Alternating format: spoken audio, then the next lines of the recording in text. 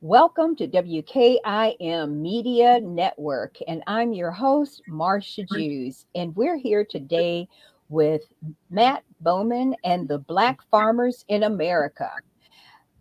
We're going to discuss Black farmers, and Senator Reverend Warnock applauds USDA announcement to provide financial assistance. But we've got three farmers that are here with us tonight who are going to give you real live information. And we're going to open up with Mr. Matt Bowman. Matt, would you take over and give us direction? All right. Well, listen, thank you, Marsha. We're proud to be here this evening, and I got to tell you, the initiative that we're working on is $2.2 billion has been set aside by the federal government to help all farmers. It includes Black farmers, but it also includes anyone who's experienced discrimination in lending from SDA, and it goes back in time. Not just last year or the year before, but anyone who's been discriminated against prior to 2021. So that could be from the 1980s, the 1970s, 1960s even. So that's how far back in time. It is not a settlement. One of the few cases in United States history where U.S. Department of Agriculture is attempting to be, has a goal of being a good steward of taxpayer dollars and providing financial assistance to farmers. But listen, I got two experts here with me. I have Mr. Miles Kagan, who is the national spokesman for this initiative. It's called the Discrimination Financial Assistance Program. It's part of the Inflation Reduction Act, Section 22007. And in Mississippi, which is literally the heartbelt of American farming, I have Dr. Willie Taylor, an experienced retired USDA executive and also one of the leading farmers and community leaders in Mississippi. So those two colleagues of mine and a whole army of people around the country are working to bring financial assistance to farmers. So let's talk about what farmers are doing and how we got to a place where we're having these conversations out loud about the Black farmers and the issues that you're having to go through. Well, these are historic issues. Dr. Willie Taylor, he knows it even better than I, and Miles comes from a farming family, but these are very historic issues. I think that Miles has a unique perspective as a child of Mississippi and an Army officer. So Miles, if you can go ahead and address that question, and then Dr. Taylor, you, sir, as well. Yes. Marcia, first, thanks. It's good to be here as part of your audience, talking to your audience today about this important program. And I want to give you a little bit of background of how I came to be part of this.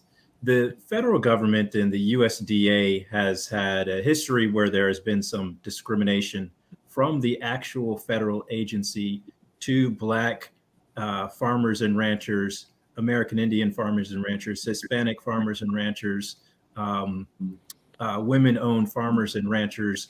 And through a series of lawsuits and ongoing pending litigation, it was decided by our representatives that there needed to be a program to provide financial assistance for these farmers and ranchers who face discrimination across the country, and including our territories for the United States.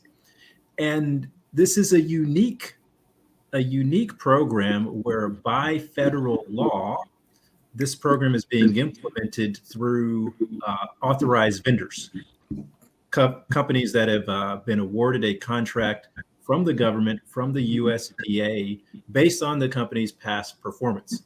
The USDA has continued oversight of the program, and but the execution of the program is done through two primary companies. One of them is Windsor Group. Windsor Group CEO is a veteran woman named Deirdre Windsor, and she is passionate about ensuring that her company does the best job possible in all endeavors, and this is a new and exciting challenge and opportunity for Windsor Group. I've known Deirdre Windsor for several years. We overlapped during our military careers, and I recently retired and am talking to you today from Manhattan, New York. But I introduce myself and I tell people I am a son of the South. I am an accentless Southerner. My father's my father is from Gulfport, Mississippi. His father is from Lawrence County, Mississippi, near Columbia. And my grandmother on my father's side is from the Kiln, Mississippi. My mom is from Columbus, Georgia, in Southwest Georgia. And in our family in Georgia, we have a history of men who used to work in the timber industry. So this was a opportunity for me to be the public ambassador on behalf of all of the people who are working very hard across 29 states and territories east of the Mississippi, and reaching the audience of farmers. And I hope that your audience today who's watching, they'll go and they'll tag and text farmers who they know so they can learn about this important program. So the people who Matt leads, we have another partner working the East Coast states, Darvell. The people who they are leading in each state are doing more than processing actions and doing more than merely providing technical assistance for processing an application. They are actual members of the community. We have hired locally as much as possible. And I assure you that everyone who I've encountered in this program is not only trained in how to process the application and also trained in protecting personally identifiable information. You know, we're very mindful that there's a lot of sensitive information, but they all care. Everyone who's been brought into this process cares about the audience that we are trying to reach and cares about ensuring that our government is able to have an efficient program to get these farmers the help they need to apply by October 31st for the financial assistance that's available. So October 31st, when we look at that as a deadline, the deadline encompasses what? What is the goal? Yeah. Let me back up a little more. The federal government has allocated $2.2 billion for this financial assistance program for farmers who faced discrimination in previous farm loan programs prior to 2021. Okay. And these farmers now have an opportunity to apply, complete an application by October 31st to get a decision about a financial assistance that they may need. This is, let me be clear, this is a process for loans and other lending. Should not be construed as reparations. There's nothing free here, and nothing is being given to anyone who doesn't qualify. There is some requirement for the farmers to demonstrate the veracity of their operations and also the veracity of their claim that they have faced discrimination in prior years. And so in identifying a proposal to deal with these people, there's a checkoff list basically that they need to have to make certain that they reach certain goals and objectives, that they have an infrastructure that is set up in order to make certain that the farm has all that it requires, the assistance from bodies, people, employees, versus the equipment to be able to till the soil or to deal with the crops. How do they know when they go to make this application that they have all of the right stuff in order? Does the Department of Agriculture have a form or a requirement that they have to go through a process to learn what they're supposed to be able to do in order to become part of this program? Sure. Let me explain a little bit of the first place a farmer, our Friends of Farmers, should go right now. And then I'll turn it over to Matt, and he and Dr. Taylor can walk you through what the farmers will expect when they arrive at an office. First, I encourage everyone to go right now on the web to www.22007apply.gov. Again, that's www.22007apply.gov. Also, they can look on Twitter and Instagram and see the handles, the accounts 22007apply. Okay. From there, there's a fact sheet and a checklist. And it's really important that the farmers take time to look at that first page of information, because that tells them what they need to continue processing the application. And once they have this cursory information, either from the website or from calling any of our helplines that are available right now from 8 a.m. Eastern to 8 p.m. Pacific, there will be a technical assistance, a human there, a real human there, who can begin to walk them through the application process. So the information is available now. It's available to the public. It's available in Spanish and English. It is attainable, understandable, and the application is online. And I'll turn it over now to Matt, and he can describe a little bit more of what a farmer or rancher can expect when receiving this through the technical assistance. Okay, thank you. Great. So Miles, once they contact the national number, Marcia, what happens is they'll then be forwarded to a regional office. And across the United States, there are 4 regional offices. We'll talk specifically about the regional offices that are east of the Mississippi. Okay. And that includes a regional back office in Bethesda, Maryland, and a regional back office in Gainesville, Florida. There are technical assistance provided to farmers, ranchers, and landowners. And there's also outreach personnel in each of those states. Region 2 that I'm responsible for goes from Florida to Mississippi, Alabama, Tennessee, Ohio, Kentucky, Illinois, Indiana, Michigan, Wisconsin, Puerto Rico, of course, and the U.S. Virgin Islands. So when they come and they talk to any of these offices, and in each of those states and territories, we have a customer service office. If they come into that customer service office, they will complete a 10-step application.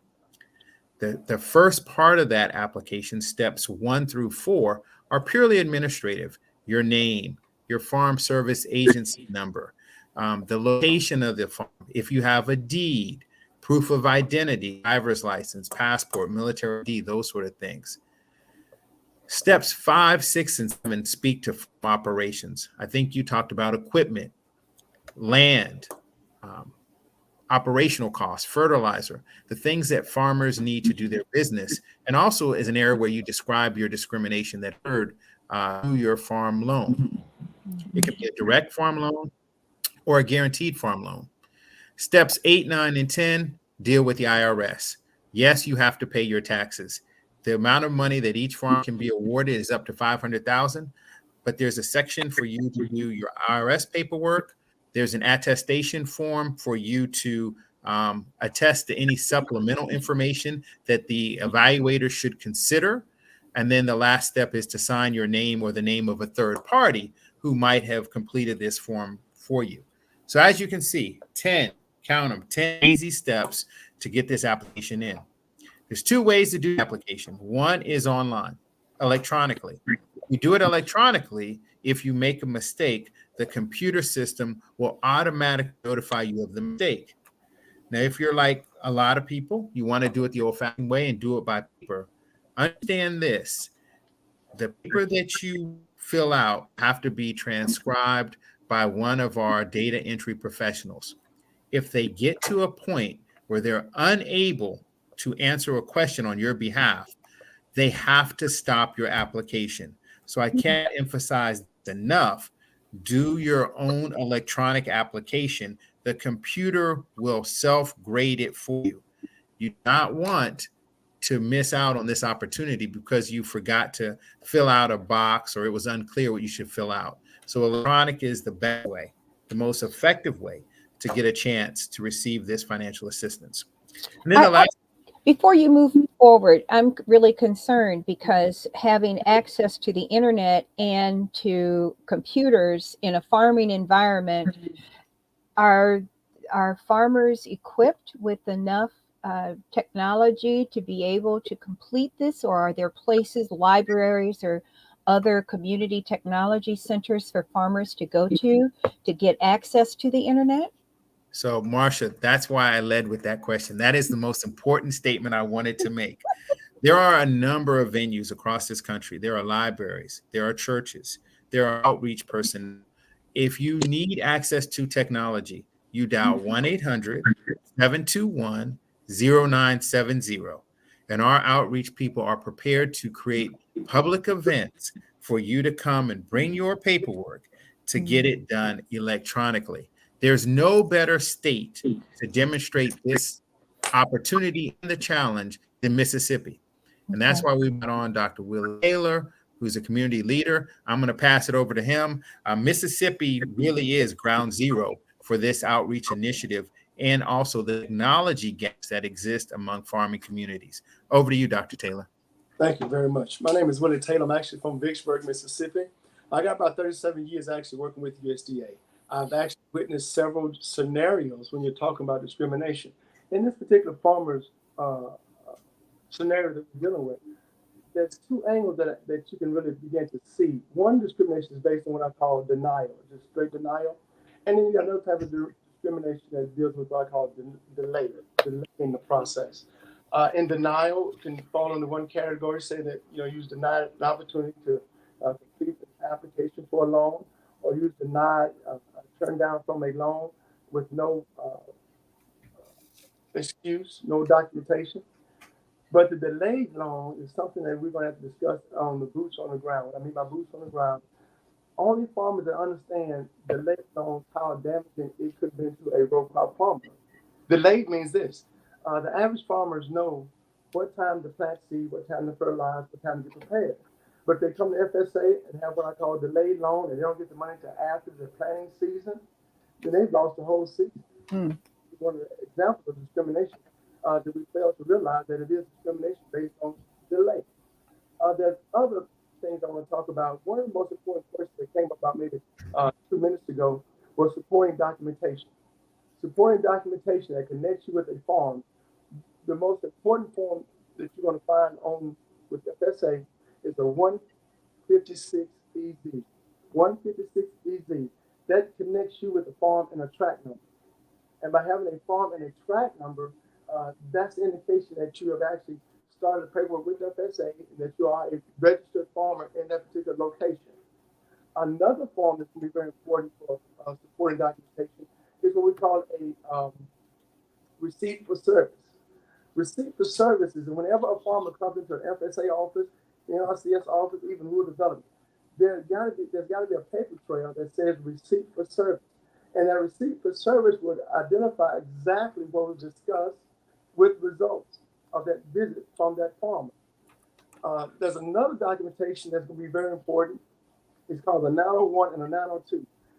The 901 and the 902 are actually forms that identify a person's people that's associated with a farm based on an entity or based on a business plan. These are supporting documents that will make the application process go so much faster. What I'll be doing in Mississippi is actually sending out a rough draft of the application to get the farmers to go over the application first of all to be prepared. So when I come into your area, you got a rough draft of the application prepared. We'll sit out at the computer, upload your information, but I gotta have that supporting documentation on site because it's a long trip from Vicksburg up to Mississippi.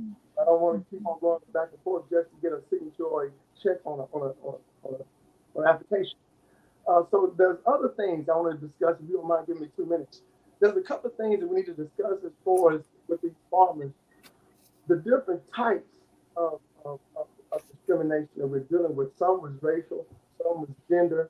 Some of the people that I've spoken with was given excuses saying that we don't have no money and that we don't have any money would cause a farmer to be frustrated, and that delays them from doing the application. There's the other types of discrimination we'll look at as far as being put on the back burner, which is the same thing as being delayed. There's another type of discrimination I might want to discuss that says delay and release. Delaying your funds or holding back your money to release the funds to an account. All that is a part of discrimination. So in Mississippi, my task is to go into the rural areas of farming, boots on the ground, where I know there's going to be a lot of farmers of age that's not familiar with computer systems, that has been discriminated against, and have a legitimate case, but having someone to mediate for them and walk through the application process, that's what we'll be facing in Mississippi. and it's going to be a face-to-face scenario to make it happen successfully. But how do the people who are the administration, for lack of something else to call, the government officials, how do the government officials, is there workshops that you as farmers are able to sit down with the government officials to have discussions and to work through, or do breakout discussions of different aspects of the farming requirements? Are you smiling? What you laughing at? That's a great question. As a matter of fact, just last week, I met at the table with Congressman Benny Thompson from Mississippi, also Congressman Troy Carter, which is the congressman out of Louisiana. And we had an agricultural roundtable. And at the agricultural roundtable, some of the things you just asked was actually discussed. I mean, what's the problem? What's the need? How can we target these rural areas to give them information? Outreach, from my level of understanding, is not really penetrating the rural areas for farmers. About 5 years ago, there was a incentive program called Task Force, Strike Force. And what Strike Force did, it was actually money that was allocated or set aside to go into these rural areas to address discrimination, to address conservation plans, to educate our farmers on the professional business loan process. Somehow it fell through the cracks. What? It fell through the cracks. It was a special incentive from USDA. And why it fell through the cracks was because after about maybe a year or so, you didn't hear about any farmers being successful in their farming. After about 2 years, we can hear more farmers collapsing, farming businesses folding, because they don't have the financial assistance needed to continue in a farming environment. And that is so right, Dr. Taylor. So this time, what are we doing that's different? So, Marsha, we've learned a lot of lessons from Pickford 1, from Pickford 2, from Love, Garcia, Kip Siegel, all of these past settlements. Now, this is not a settlement, but there's a lot of lessons learned. So we have a complete communication strategy and a complete communication team. It involves so many different channels. I'll let Miles address those. So Miles, can you talk about that outreach portion? How are we going to reach all the farmers in these rural areas? Yeah, that's right. Marsha, you asked specifically, can the farmers go and talk to somebody in the government about these programs and applying for the financial assistance? And this is unique in that we've tried that before. Okay. And when we tried that before, for various reasons of some of the sins of America, all farmers weren't able to get the financial assistance that they needed. So now the government has decided through law to have great people like Matt and his team and Dr. Willie Taylor actually providing the technical assistance for the applications. So that's one of the differences. And for our outreach, we are now going through the process of opening offices in multiple states. And in some states, we'll have multiple offices. We'll have multiple offices to reach farmers in Mississippi and Alabama. And where we don't have offices, we will have mobile teams that go out and reach farmers in places where farmers and ranchers gather. For instance, in county and state fairs, or other places where there are large and small gatherings of the core group of farmers who we'd like to reach. Talking to you is important. We want to reach your audience, Marsha, and we want your audience to take action. We want your audience to go on social media to.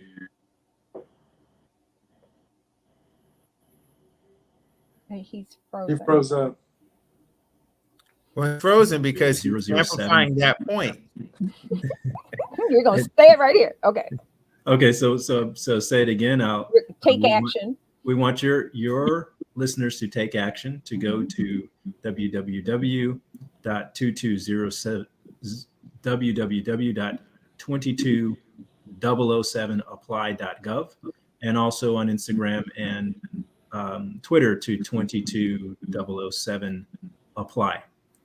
And by taking action, getting the word out mouth to mouth from trusted groups, we think that we can reach as many farmers as possible so they can get their applications in. Here's another thing, though, that's important about this program. The $2.2 billion that has been authorized by our Congress and signed into law by President Biden is a pool for all the potential candidates where they can, potential applicants, where they can apply to receive up to $500,000 of assistance. But it's not first come, first serve. There is a deadline for this application, but all the applications will be adjudicated after October 31st. So we want people to take time, get their documents together, reach out early, review the website, call the hotline to get technical assistance, and then be prepared to put in a thorough application by October 31st. And the government is very aggressive based on law. This is not just the opinion of Miles and Matt and Dr. Willie Taylor. The government has set laws where they want to start having these farmers paid out by the end of the year if they are eligible. So here's a question for you. If we're sitting here and we're looking at a lot of these farmers, or sometimes they're so busy being busy that they don't have time to really look at what's going on around them because they have so much to do and they don't have all the resources or the personnel to be able to do the types of things that we want them to do, right? And so when we look at how the information is being dispersed in these communities, I keep talking about, Mr. Kaiser, my great uncle in South Bend, Indiana, up in Niles, Michigan. But he was so busy being busy on the farm, he didn't come to South Bend, which was only maybe 40 miles from Niles where he was.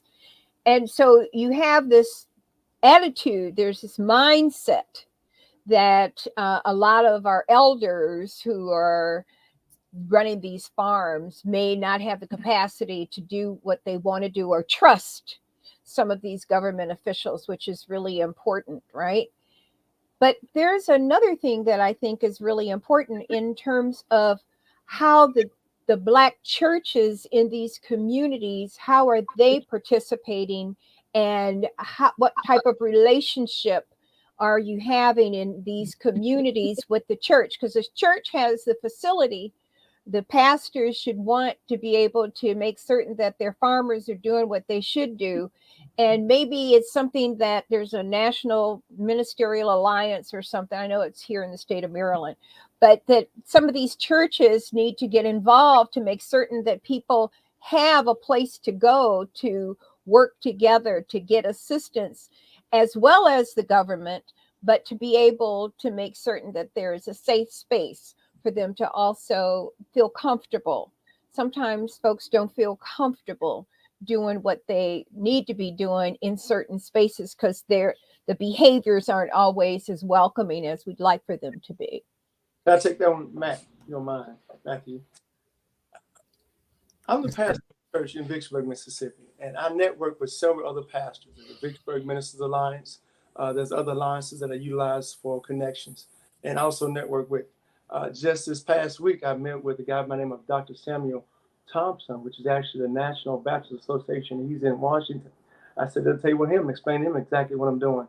I think the church in a rural area is going to be the connection. That's going to be the source that I'm relying on here in Mississippi to be that breaking point, the one that's going to really get the word out. Because a lot of farmers, they on Facebook, they on YouTube, they on TikTok, they're on that tractor day when the sun comes up and get off the tractor late in the evening. So they're going to have the only trust place that we have in our rural areas is the church. And by the grace of God, you got a few of us that are called pastors, but we have the anointing to understand the gift of agriculture. And as a matter of fact, God honored agriculture so much that the nucleus of the Bible is written on agricultural principles. So I appreciate going out into the farmers and be able to translate what I call translate information from the service centers of USDA into the ears of a farmer fresh off the tractor. I'm blessed to be able to have that communication because it's going to be important to be able to communicate with these farmers and make it plain, break it down, make it plain, make it easy. So they can really understand that we're here to help you. We're not here to pull the wool over your eyes. We're here with trust. And that's one of the things, Brother Matt, I want to explain him when I first met him. My word and my reputation is too valuable for me to lose at this time of my life because I'm too old to start over. So I pray God that my word and my reputation would open up a door for me to come in some of these areas and begin to talk to some of these farmers and give them information that Brother Miles is so fluent with on these forms and applications to help them through the process. And that's what we're all here for. We're not going to come here and ride on a broom and give you everything you need, but we can show you how to get to where you want to get to as far as the application process is concerned. Mm-hmm. Matt? I was going to say that we have Dr. Willie Taylor, Pastor Howard Gunn in Mississippi. And in every state in east of the Mississippi and where we don't have an office location, the mobile operating teams, there's three principles. One is trust. The second is transparency. And the third is technical competence. And we believe that this triangle of trust, technical competency, and transparency will help us do something that the agencies, while well-intended, has not been able to do successfully. And that is to reach American farmers. Why is that? Because the transparency and the trust, by us coming out and involving ourselves in the community as non-governmental employees, we have a unique perspective. We're beholden to the customer. We're beholden to the farmers, the producers, and the landowners. And that gives us the opportunity to give them information. We're also in a time when technology is available in a way that has never been available before, which I think helps the process immensely. People can get access to records, get access to technical assistance in a way that you could not get if you're relying on a person, a man or a woman, to drive up to your farm. Now you can get on platforms like this. Even if you can't, your children and your grandchildren will hear this word. And you also have access to people like Dr. Taylor, Mr. Sid Taylor in Michigan, Sean Holland, Connie Heim in Puerto Rico, cooperators who are trusted farming leaders. There's 7 cooperator organizations that reach out to veterans, to Native Americans, to Black farmers, to LGBT farmers, to young farmers. And you also have voices. And there's no voice better than Miles Kagan's to take messages to the news, the media, and the radio stations. Mm-hmm. And so when you take this, is there a package that you distribute to these farmers when you're out speaking to them, that they have some follow-up to take home and to learn a little bit about some of the possibilities that they can take part in? Yeah, so there is an application package. It includes a checklist, a cover sheet, and then the application itself. But there's also information that is been drafted by our communications team that explains the entire program. And so you can get that handed to you physically. You can get it mailed to you by calling the 1-800-721-0970 number, or you can go on the internet and order it. If you want to go on the internet and preview what the application looks like, you can do that. So there's a ton of resources available. But I think the word of mouth piece is going to be really important. And as I look at the work that our communications team, I can't emphasize it enough. And I know that Miles has really led that charge. So, sir, any thoughts from you on how that works and how that can help reach more farmers? Yeah, Marcia, you mentioned earlier reaching out to preachers, and we want to reach preachers, teachers.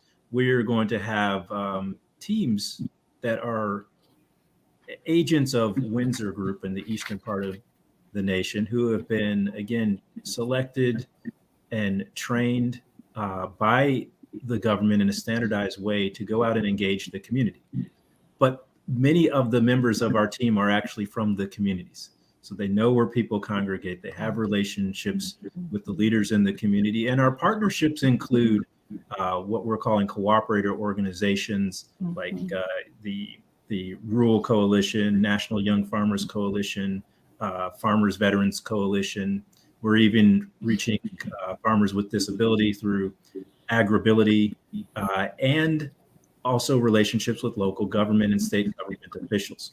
we had a phone call today with the deputy secretary of agriculture in the state of Pennsylvania, and she and her team are going to take our information and promulgate it through the farmers in Pennsylvania on our behalf, and that will direct, through their power of being a government agency, they can steer people into our office there in Pennsylvania to complete their applications and get more information. So it is a comprehensive approach for as much as it's like almost like a political campaign. This is an information campaign, and it's happening 7 days a week.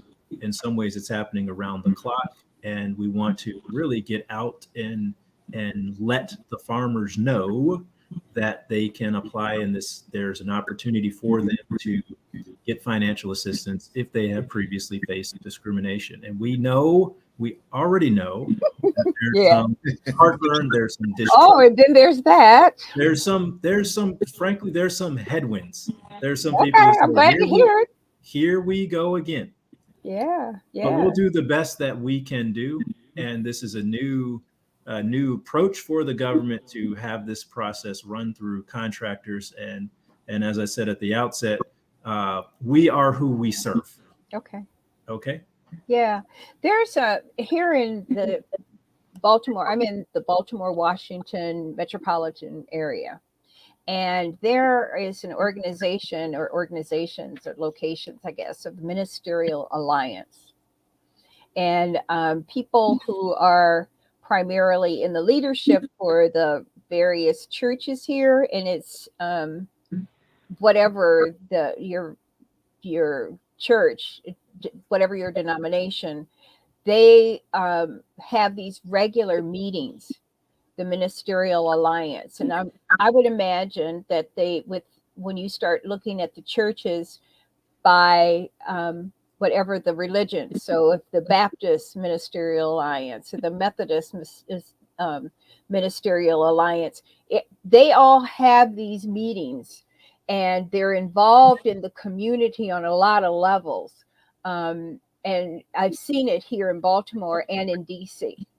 So that is another place that I'd be interested in having discussions with them, that we could bring them on the platform to have a discussion about their involvement and how involved they are, or if they even realize that they have the opportunity to be a participant, to assist, because I would imagine that some of those folks are part of their ministry. And Marcia, faith leaders are important in this. We do have to make decisions and prioritize. So we're primarily working through organizations that are already conglomerates or membership-based organizations in the agriculture industry with farmers and ranchers. And for Maryland, the office that we will set up will be along Maryland's Eastern Shore in the rural area where there are farmers who will have the size of plots where they may have faced this discrimination, and also a little bit closer to where they are, as opposed to the DC metro area proper, where there may not be the landmass to have farms. There's also a couple of Black universities in that Eastern Shore area, and might be interesting. I would be curious as to whether or not they have an agricultural department or doing something in the communities with the farmers. So they are down there right outside of Cambridge.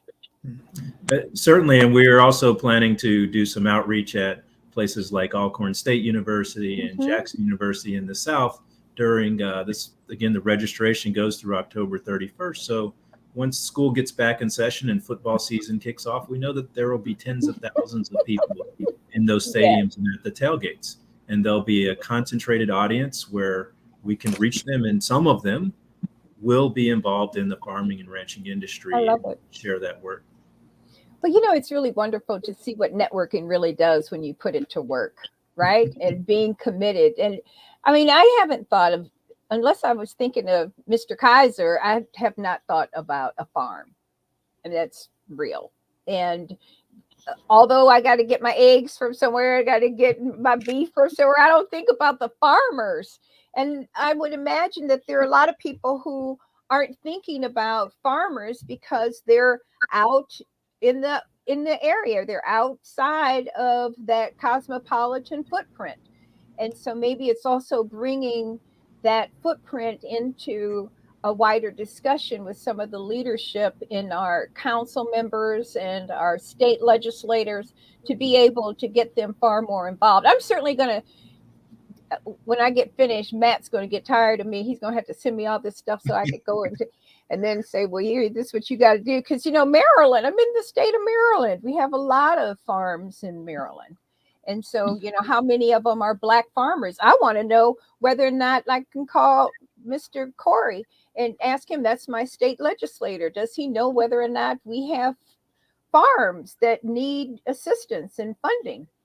That I've never seen it because it's not in my universe. I just go to the grocery store. So over the last 100 years, we've gone from over 2 million Black farmers to less than 150,000 Black farmers. So the drop has been precipitous. And so when you listen to organizations talk about the plight of small farmers, those are some numbers you hear. But there is a bright light at the end of the tunnel. The pandemic that we've just gone through has changed the way that Americans look at life and work and balance. I mean, our team is keeping a laser focus on Inflation Reduction Act and getting this financial assistance to farmers. But there is a second and third order effect, and that is as we highlight the opportunities in farming, I am personally hopeful that more young Americans will farm. Even if you're in the city, there's urban farming. There are a lot of different things that I think will be unintended or perhaps intended consequences of us bringing attention to opportunities in farming for all Americans. So don't pay $6 eggs, buy a chicken. Right. Then you get all the eggs you want. But don't you need to have a rooster too to have a chicken? No, you don't need a rooster for chicken. You don't need a chicken. You don't need a rooster for the chicken. Where the eggs go? Okay, but that's another show. Go ahead. Okay. Let me narrate one more thing also. I just met also with Dr. Wakefield. He's actually the land grants program down in Alcorn. And I met him in a place right there next to Jackson State. So I'm actually addressing some of the HBCUs in this Mississippi area. My next target point will be Inabena, which is a Mississippi Valley State. And once I get these guys to the table and be able to really explain to them exactly what I'm doing, how I'm doing, the doors are wide open. I mean, for me to go in and really get their support, get them working with us to get these applications filled out. These land grant programs that Dr. Wakefield is over down in Alcorn, he's very interested in giving us some help to get the word out on this settlement. Not settlement, I'm sorry, on this lawsuit, on this deal we're dealing with. So on this assistance, financial assistance? Financial assistance, thank you. Yes, brother. sir. Yes, sir. So Matt, that just rang a bell. The historically Black colleges and universities, HBCUs, deans for science, technology, engineering, and math are at the Black Engineer of the Year Awards Conference in February. That's a very interesting opportunity for a panel discussion. Now, I don't know, I don't run anything over there, but I think that's a conversation that you might want to have with Quan, in that I know that we have the traditional, we have Southern in place, we have UMBC, we have the I don't even know. So all the colleges that are in the state of Maryland, DC, Virginia, Mississippi, Georgia, and several others.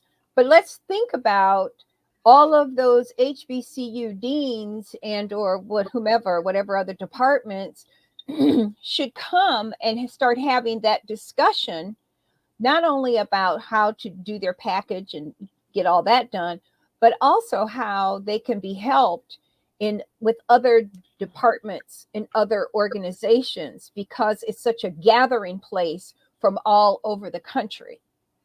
Well, Marcia, Miss Deirdre Windsor, when she put together the team, she really put together a team of community people at heart. as you know, I'm the chair of the HBCU committee. So absolutely, we will have those discussions, but we can't wait until February. Those discussions are happening now Yeah. in HBCUs and historically minority serving institutions, but also all land grant colleges, because we're reaching out to land grant colleges around the country to make sure that we reach the farmers. And then there's other constituents, veteran space.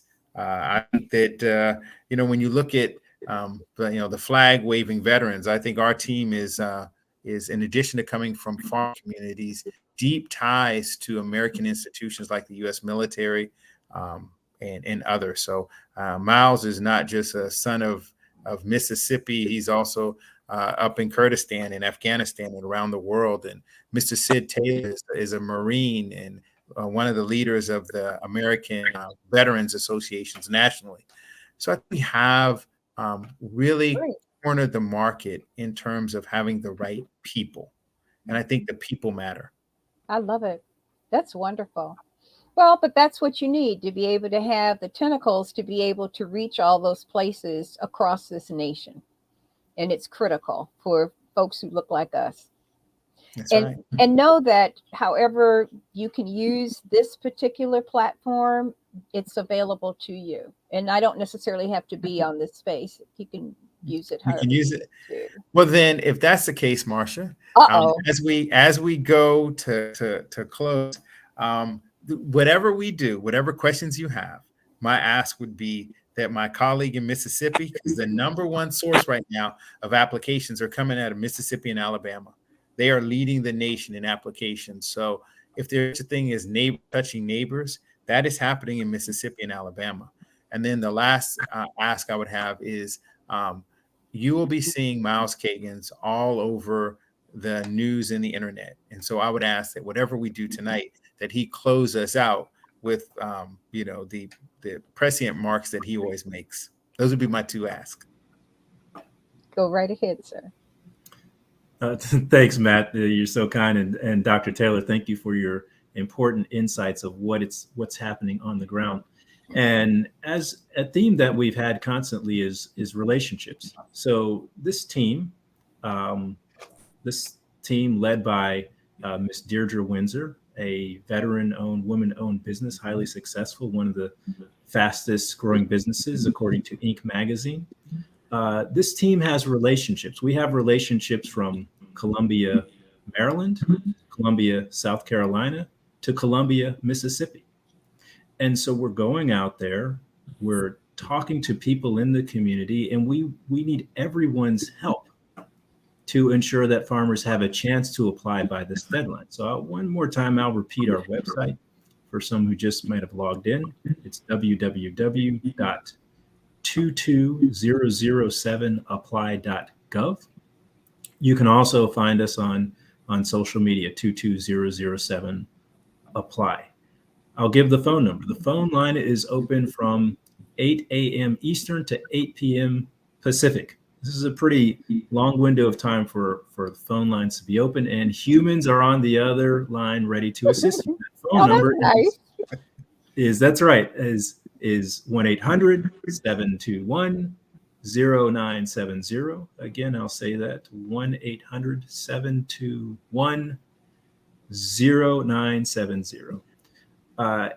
And this will take all of us to ensure that our farmers have a chance to apply in a fair manner to compete for this $2.2 billion in assistance that our government has decided is set aside for them, for those who qualify through the application process. The application process is thorough, it's extensive, but we have people who are ready, willing, and able to help farmers and ranchers apply. We want to have your trust. We will be transparent in all of our processes, and we are well trained to provide this technical assistance. Thanks for your time. Outstanding. This is really wonderful. Matt, thank you so much. And thank you, Mr. Miles and Dr. Willie. You know, it does take a village. And it's opportunities like this that I didn't know anything about it until Matt started telling me about it. You know, we're all doing whatever it is that we do wherever we do it, but this is really critical, I think. And it reminds me of Mr. Kaiser. And I'm sure that he'd be very happy to know that I was sitting in on this.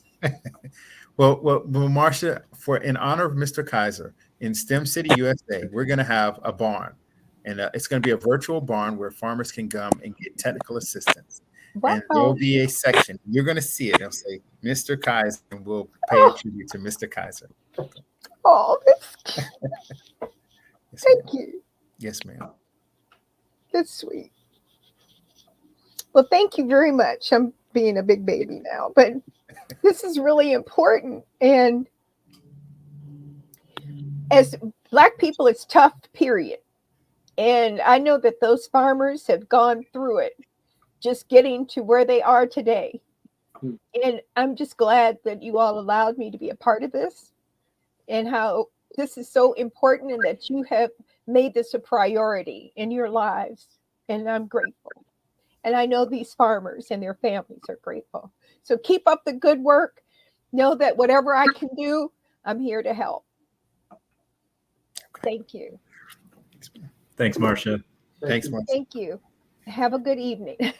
All right, Farmer Matt. All right. Take care.